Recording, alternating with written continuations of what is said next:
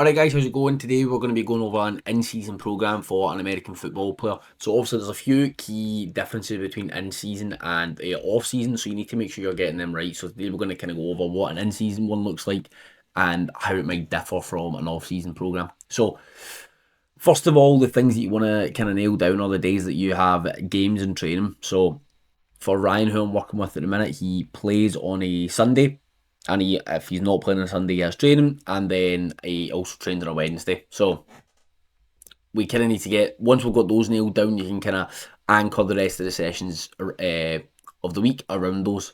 So Monday, because we've got that high day on the Sunday with the game or training, we need to make sure that the Monday isn't too intense. So we've got an upper body day and a little bit of cardio, just to get a little bit of blood back into the legs, a bit of a pump. So you see that the intensity is quite high, but the volume's pretty low.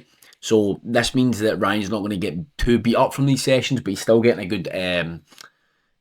good strength stimulus from it. This kind of constitutes as a low day, and I always tell Ryan that like if he's feeling beat up on these days, he can pull it back a little bit.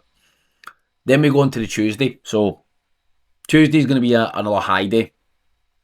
So we've got a full body session, a little bit of plyos to start, some hang power cleans that Ryan's getting used to using as well, and then you see the back squats here, pretty high intensity but very, very low volume. So across the entire session he's got 7 reps, and again this is just to get a nice strength stimulus but not too much volume that it's battering him, and his legs are feeling tired going into this session on the Wednesday. And then a little bit more upper body stuff. And what you'll see is between these two sessions, we've ticked off some of the main, or most of the main movement patterns, which is really good to have them ticked off in the week so early. Just the way Ryan's week works, it's pretty hard to get a gap between these two sessions. So what we need to do is he has this rest day on the Thursday, so he's got nothing on the Thursday, which means Wednesday he's going to have his training session and his sprint stuff. And again, because we are now getting towards the business end of the season, coming up for the playoffs, the intensity is super high. So not too much volume on the sprints. I think across that entire session, he maybe has, what does that work out as, 110 yards. So not really high on the volume, but super high intensity.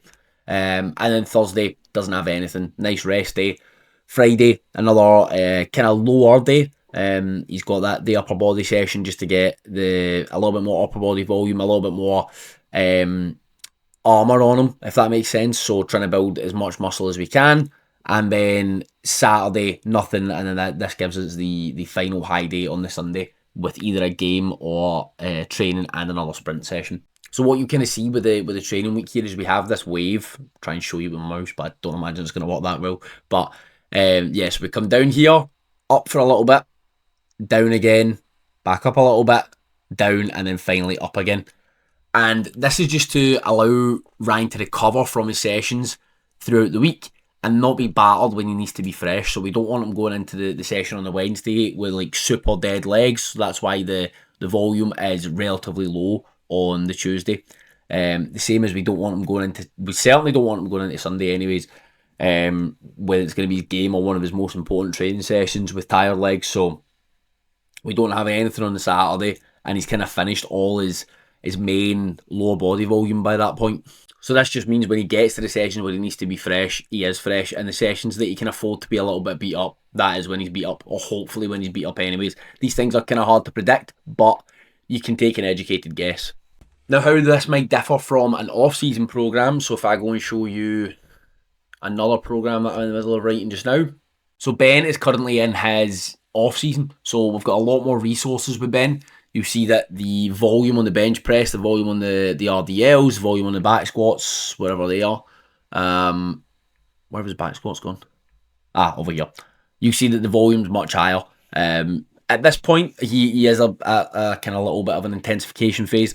There isn't tons of volume, but if we go further back, you'll see that this session here, he had 3 sets of 12, so much higher volume at that point. And that's something that you really can't afford to be doing in season. Again, another one of the main differences is even on sprint sessions, we've got much higher volumes, and we've just got more space overall to try and make him a better athlete. He doesn't need to be in tip-top condition the entire week. But we still do have that kind of high-low phasing, so this is going to be a harder session than this is going to be a harder session again than this is, and then this is going to be a harder session again, just so that we've got that kind of structure where he's not beat up the entire week. So yeah, hopefully that all makes sense, guys. Hopefully you can understand now the difference between an in-season and an off-season program. And speaking of which, if you need either of those, I have a link to those in the description, completely free. Go and pick those up, and I'll catch you in the next one, guys. Cheers.